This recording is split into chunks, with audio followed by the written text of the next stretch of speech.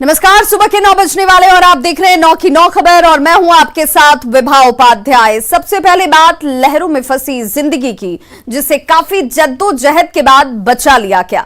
रोहतास जिला की मांझर कुंड का एक वीडियो वायरल हो रहा है, जिसकी तस्वीरें आपके टीवी स्क्रीन पर इस वक्त, जिसमें दो युवक झरने के बीच फंसे हुए नजर आ रहे हैं। दोनों लोगों से, ये दोनों जो शख्स हैं, लोगों से मदद की गुहार लगाते रहे। बताया जा रहा है कि दोनों युवक पिकनिक मनाने के लिए इस कुंड के पास पहुंचे थे और इसी दौरान पहाड़ पर तेज बारिश होने लगी और कुंड में पानी का बहाव ज्यादा हो गया, जिस वजह से दोनों युवक यहां इस चट्टान पर फंस जाते हैं। जब पानी धीरे धीरे कम हुआ तो किसी तरह से दोनों को यहां से सुरक्षित बाहर निकाला गया। पिछले सप्ताह भी इसी कुंड में नहाने के दौरान दो युवकों की मौत हो गई थी, जिसके बाद भी लोग इस कुंड के पास जा रहे हैं और नहा रहे हैं, जो खतरनाक साबित हो सकता है।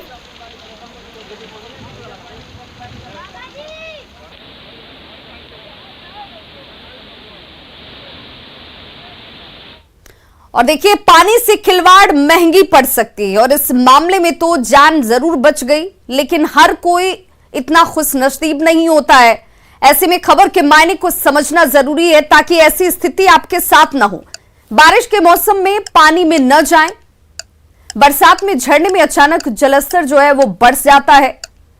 झरने की खूबसूरती का मजा ऊंचे स्थान से लें। लाइफ गार्ड्स मौजूद हों तभी पानी में आप उतरें।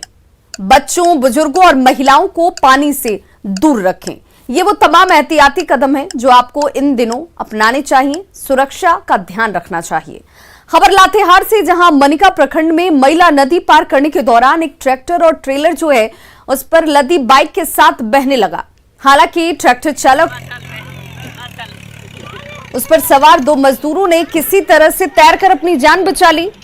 बताया जा रहा है कि ट्रैक्टर से नदी पार करने के दौरान नदी में पानी उस दौरान कम था जब यहां से निकलने की कोशिश इन चालकों की तरफ से की गई, लेकिन अचानक से पानी का बहाव तेज हो जाता है और देखते ही देखते ये जो पूरा ट्रैक्टर है वो पानी में डूब गया। ट्रैक्टर की ट्रॉली में बाइक भी रखी गई थी और वो भी पानी की तेज बहाव में देखिए किस तरीके से गोते लगाने लगी। घटना की जानकारी मिलने के बाद जो स्थानीय लोग थे वो आसपास पहुंचते हैं और ट्रैक्टर चालक और मजदूरों को सुरक्षित बाहर निकाला गया। तस्वीरें आपके सामने, और इन तस्वीरों में आप साफ देख सकते हैं कि किस तरह से नदी के बीच में ये ट्रैक्टर जो है वो पहुंच जाता है और पानी में पूरी तरह से डूब चुका है। उस पर सवार ड्राइवर और मजदूर जान बचाने के लिए ट्रैक्टर पर खड़े हो रहे हैं। मदद की गुहार लगाई जा रही है। नदी की तेज धार ऐसी है कि उसमें कोई जाने की हिम्मत नहीं कर पा रहा।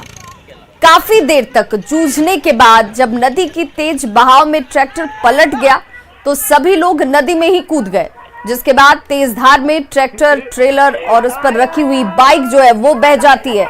हालांकि ड्राइवर और मजदूर ने किसी तरह से तैरकर अपनी जान बचा ली।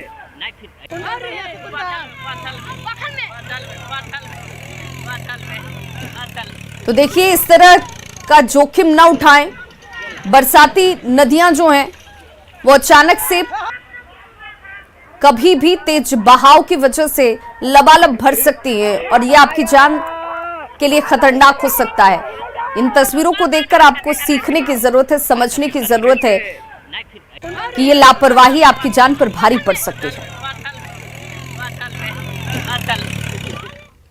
तो हवा, आग और पानी सबसे शक्तिशाली हैं। इनका प्रयोग अगर सलीके से न किया जाए तो विकास तो होता है, और अगर इनसे खिलवाड़ हो जाए तो ये आपके लिए जोखिम भरे हो सकते हैं, विनाशक हो सकते हैं। लातेहार में जो कुछ हुआ वो नहीं होता अगर पानी की शक्ति को ट्रैक्टर चालक ने समझा होता।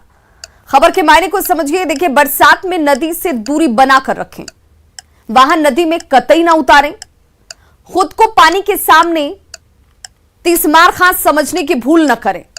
बहुत जरूरी हो तो नाव या फिर बोट का प्रयोग करें। पानी की ताकत को कम ना आके, क्योंकि उसके सामने आप बेबस हो जाते हैं और हर कोई हर बार खुशनसीब हो ये जरूरी नहीं होता। शेखपुरा जिले के बरबीघा में प्ले स्कूल की संचालिका राधा देवी के घर पर हथियारों से लैस बदमाशों ने रात के 2 बजे हमला कर दिया। अपराधियों ने इस खूनी खेल में राधिका देवी के एकमात्र बेटे हर्ष कुमार की हत्या रॉड और हथौड़ों से मारकर कर दी। इस वारदात में संचालिका और उनके पति घायल हो गए हैं। उन्हें फिलहाल इलाज के लिए पटना रेफर किया गया है। पुलिस बदमाशों की तलाश में जुटी हुई है। इस सनसनीखेज वारदात के बाद नाराज लोगों ने बिहार शरीफ बरबीघा सड़क मार्ग को ही जाम कर दिया। अभी तक इस बात का खुलासा नहीं हुआ है कि आखिर इस खूनी खेल को अंजाम क्यों दिया गया। रात में 3 बजे हमको सूचना मिला कि घर में 5 आदमी घुस के 3 आदमी के रहने से पीटे, जिसमें 1 आदमी की हत्या हो गई, 2 आदमी सीरियस हैं, रेफर हो गया। कौन लोग थे जिनके यहाँ हमला हुआ? विनय सिंह नाम है। निधन किसका हुआ है? उनका लड़का का। क्या नाम है उसका? हर्ष कुमार। खबर मुजफ्फरपुर से, जहां पर एईएस से बीमार एक और बच्ची की मौत हो गई। मोतिहारी के मझौलिया के रहने वाली बच्ची को 16 जुलाई को एसकेएमसीएच में भर्ती कराया गया था। अब तक एसकेएमसीएच में 9 बच्चे एईएस से दम तोड़ चुके हैं। 2 दिन पहले जिन 6 संदिग्ध एईएस पीड़ित बच्चों को पीकू वार्ड में भर्ती कराया गया था, उनमें से 2 में एईएस की पुष्टि हो चुकी है, जबकि 4 बच्चों का रिपोर्ट अभी आना बाकी है। आपको बता दें कि इस साल कुल 42 बच्चे एईएस से बीमार हो चुके हैं। इनमें से 5 बच्चे अभी भी एसकेएमसीएच के पीकू वार्ड में भर्ती हैं।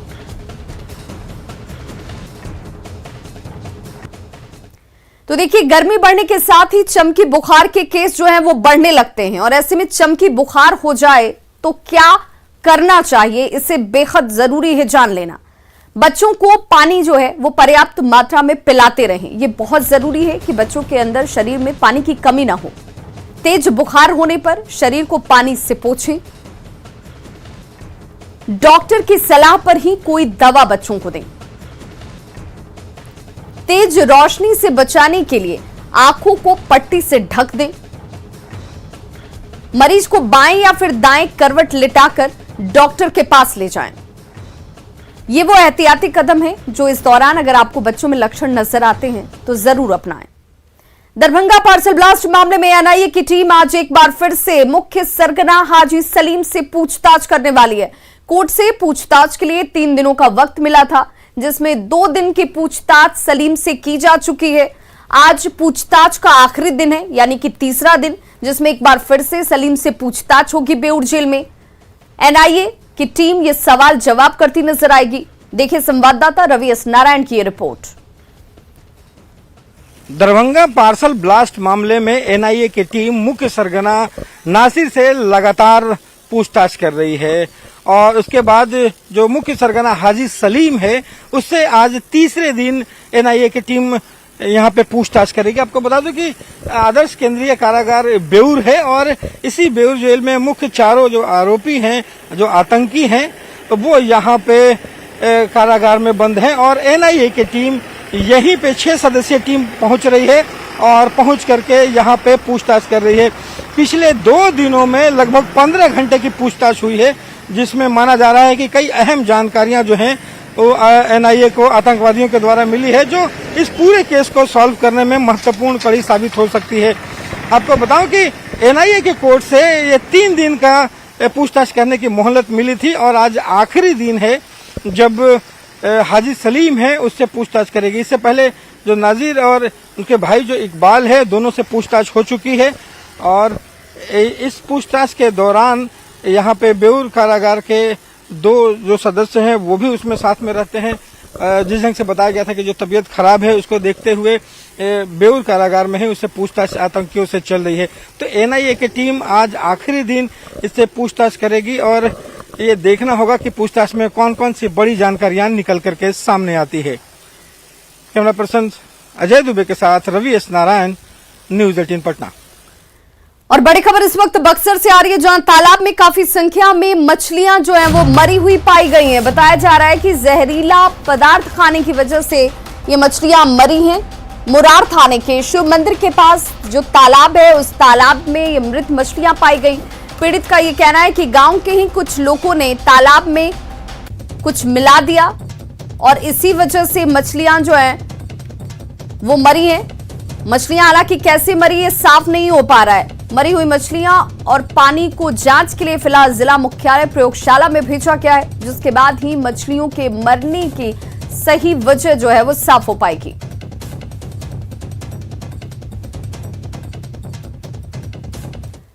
मुंगेर के रहमतपुर में बीती रात प्रेमी अपनी प्रेमिका से मिलने पहुंचा और उसी दौरान प्रेमी को लोगों ने पकड़ लिया और स्थानीय मंदिर में दोनों की शादी करा दी गई। प्रेमी रोहित कुमार बांका के परमानंदपुर का रहने वाला है। जानकारी के मुताबिक 3 साल पहले रोहित और पूजा की शादी घर वालों ने तय की, लेकिन किसी वजह से दोनों की शादी नहीं हो पाई। लेकिन दोनों एक दूसरे को पसंद करने लगे, दोनों एक दूसरे से प्यार करने लगे, लेकिन घर वालों के खिलाफ जाने से ये दोनों डर रहे थे। लेकिन दोनों के प्यार का सुखद अंत रहा। अब दोनों एक दूसरे के जीवन साथी हैं।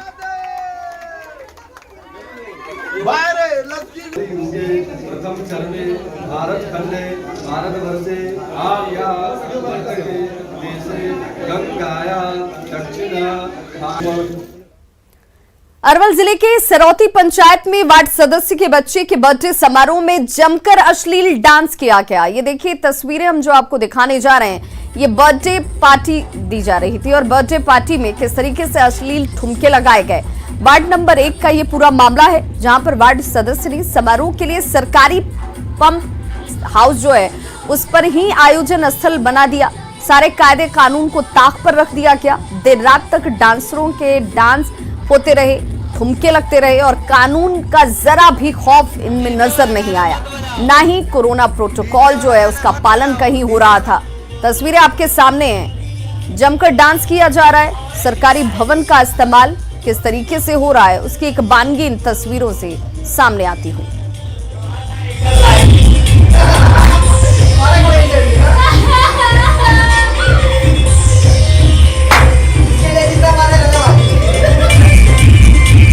और इस मामले में प्रखंड विकास पदाधिकारी ने कहा कि जांच के बाद कड़ी कार्रवाई जरूर की जाएगी। संज्ञान में ये बातें नहीं थी। आपने जब ये इसके बारे में पूरा बताया है तो मैं इस पर गंभीरता से इसको ले रही हूँ और पूरी जांच करके अगर ये सही पाया गया तो इस पर कड़ी एक्शन ली जाएगी और इस जो भी वहाँ पर कार्यक्रम चल रहा है वो उसको एकदम ख़त्म किया जाएगा। सरकारी बिल्डिंग में ये कहीं से जायज़ नहीं है, इसको मैं देख लूँगी। और ऐसे में सवाल उठता है कि वार्ड सदस्य पर आखिर कब कार्रवाई की जाएगी, क्योंकि ये सब कुछ हो रहा था और वार्ड सदस्य को क्या जानकारी नहीं थी। तो कब तक कार्रवाई होगी वार्ड सदस्य पर? क्या वार्ड सदस्य को नियम कानून का पता नहीं है? निजी कार्यक्रम के लिए सरकारी भवन का इस्तेमाल कैसे और क्यों किया गया?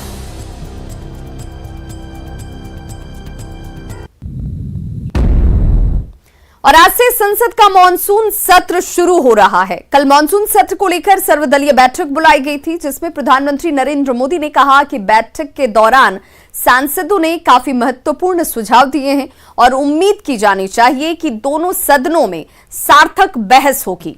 साथ ही पीएम ने सभी दलों को यह भरोसा दिया कि उनके सुझावों पर काम करने के प्रयास किए जाएंगे।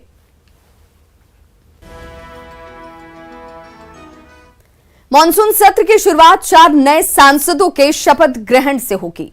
नए सांसदों के शपथ ग्रहण के बाद 39 पूर्व लोकसभा सांसदों को श्रद्धांजलि अर्पित की जाएगी, जिनका बजट सत्र और मॉनसून सत्र के बीच निधन हो गया। तो 4 नए सांसद शपथ लेंगे आज। मॉनसून सत्र की शुरुआत ऐसे। इसके साथ ही 40 पूर्व लोकसभा सांसदों को श्रद्धांजलि दी जाएगी, जिनका निधन इस बीच हुआ है। आज पहले दिन वित्त मंत्री Nirmala Sitharaman factoring regulation act 2011 में संशोधन करने के लिए फैक्टरिंग विनियम संशोधन विधेयक 2020 पेश करेंगी। ये संशोधन उन संस्थाओं के दायरे को बढ़ाने के लिए है जो फैक्टरिंग व्यवसाय में शामिल हो सकते हैं। साथ ही नवनिर्वाचित कैबिनेट मंत्री पशुपति कुमार पारस राष्ट्रीय खाद्य प्रौद्योगिकी संस्थान उद्यमिता और प्रबंधन विधेयक 2021 पेश करेंगे। ये विधेयक खाद्य प्रौद्योगिकी उद्यमिता और प्रबंधन के कुछ संस्थानों को राष्ट्रीय महत्व के संस्थान घोषित करने से संबंधित है। तो देखिए, कोरोना के खतरे को देखते हुए खास इंतजाम जो हैं इस बार किए गए मॉनसून सत्र में। लोकसभा के 280 सदस्य लोकसभा कक्ष में बैठेंगे। ये वो खास इंतजामात है सुरक्षा के मद्देनजर जो कोरोना के दौरान जरूरी थे। लोकसभा के 259 सदस्य सभा के दीर्घाओं में बैठते हुए नजर आएंगे। राज्यसभा के लिए भी सिटिंग अरेंजमेंट जो है वो अलग की गई है, खास इंतजाम किए गए हैं।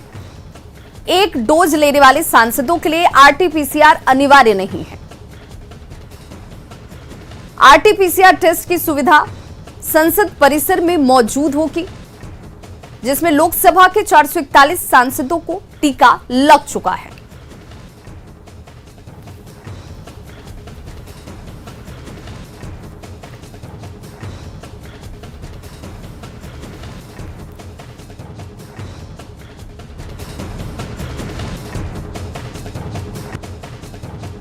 तो देखिए, मानसून सत्र में क्या खास इंतजाम है, क्योंकि आज से मानसून सत्र की शुरुआत हो रही है, तो सिटिंग अरेंजमेंट में तब्दीली की गई है। तो कोरोना से लड़ाई में मास्क सबसे बड़ा हथियार है। मास्क रूपी कवच से ही कोरोना वायरस को फैलने से रोका जा सकता है, और इसीलिए आप सभी दर्शकों से अपील है कि मास्क पहनिए, खुद भी सुरक्षित रहिए और दूसरों को भी सुरक्षित रखिए, क्योंकि जीवन है अनमोल। मास्क का करें प्रयोग।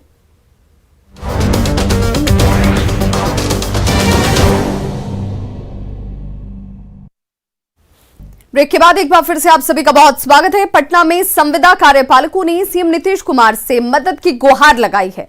दरअसल साल 2019 में कार्यपालक सहायकों की बहाली की गई थी, लेकिन 1.5 साल बाद इन सभी को वापस से दक्षता परीक्षा देने के आदेश जारी कर दिए गए।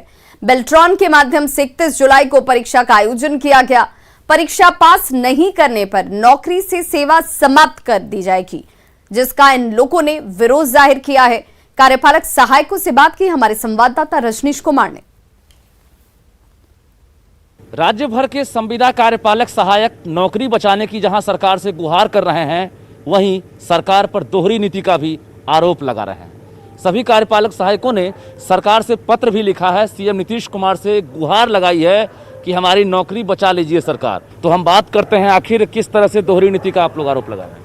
सर 2018 में एक विज्ञापन आया कार्यपालक सहायक के लिए, प्रत्येक जिला वाइज, और जिला अधिकारी के अध्यक्षता में उसका एग्ज़ाम हुआ, उसका टाइपिंग हुआ, उसका वेरिफिकेशन हुआ। उसके बाद एक मेरिट लिस्ट बना। उस मेरिट लिस्ट में आधे लोगों का नियोजन बिना शर्त के हो गया, और हम लोगों का नियोजन जो 31/7/2019 के बाद जितने भी कार्यपालक सहायक हैं, लगभग 5000 के करीब पूरे बिहार में, हम लोगों के साथ एक ही विज्ञापन में 2 रूल लगा दिया गया। जब निकाले गए थे उस वक्त ये नहीं दिया गया था कि आपको फिर से दक्षता परीक्षा देनी पड़ेगी? नहीं सर, ऐसा कुछ नहीं दिया गया था। उसके बाद हम लोगों का कुछ लोगों का बहाली किया गया। हम लोगों की बहाली फिर बाद में हम लोगों को जब किया गया तो बेल्ट्रॉन से दक्षता परीक्षा पास करने के लिए उसमें कंडीशन लगा दिया गया। अब हम लोगों को कहा जा रहा है कि 31 जुलाई के बाद अगर आप लोग परीक्षा पास नहीं कीजिएगा तो आप लोगों को हटा दिया जाएगा।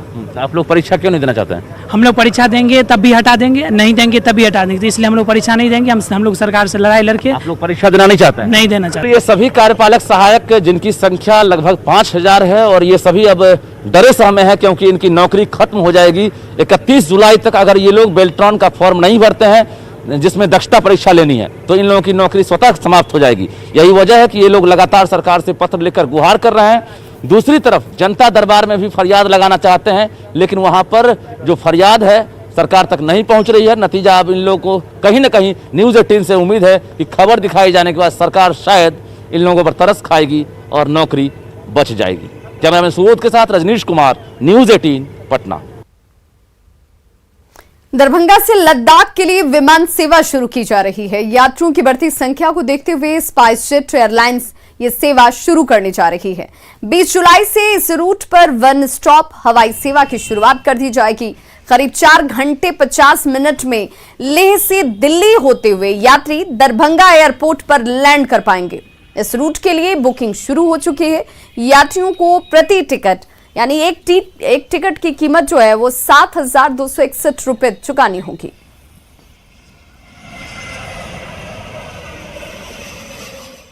दरभंगा मिथिलांचल की राजधानी कही जाती है, और सबसे बड़ी चीज़ है यहाँ से लोगों को पटना जाना पड़ता था। अभी पूर्णिया, किशनगंज, कटिहार से लेकर के और इधर नेपाल के क्षेत्र में आप चले जाएं जनकपुर की तरफ, वहाँ सब लोगों के लिए एक सुविधा का केंद्र बना हुआ है दरभंगा, और सब लोग यहाँ से सुविधा महसूस करते हैं और उनको आने जाने में 2 से 3 घंटा लगता है, जहाँ पहले 8 घंटे लगते थे पटना जाने में लोगों को। अब किशनगंज से किन्हीं को जाना है तो उनके लिए ठीक आधा समय में वो दरभंगा चले जाते हैं।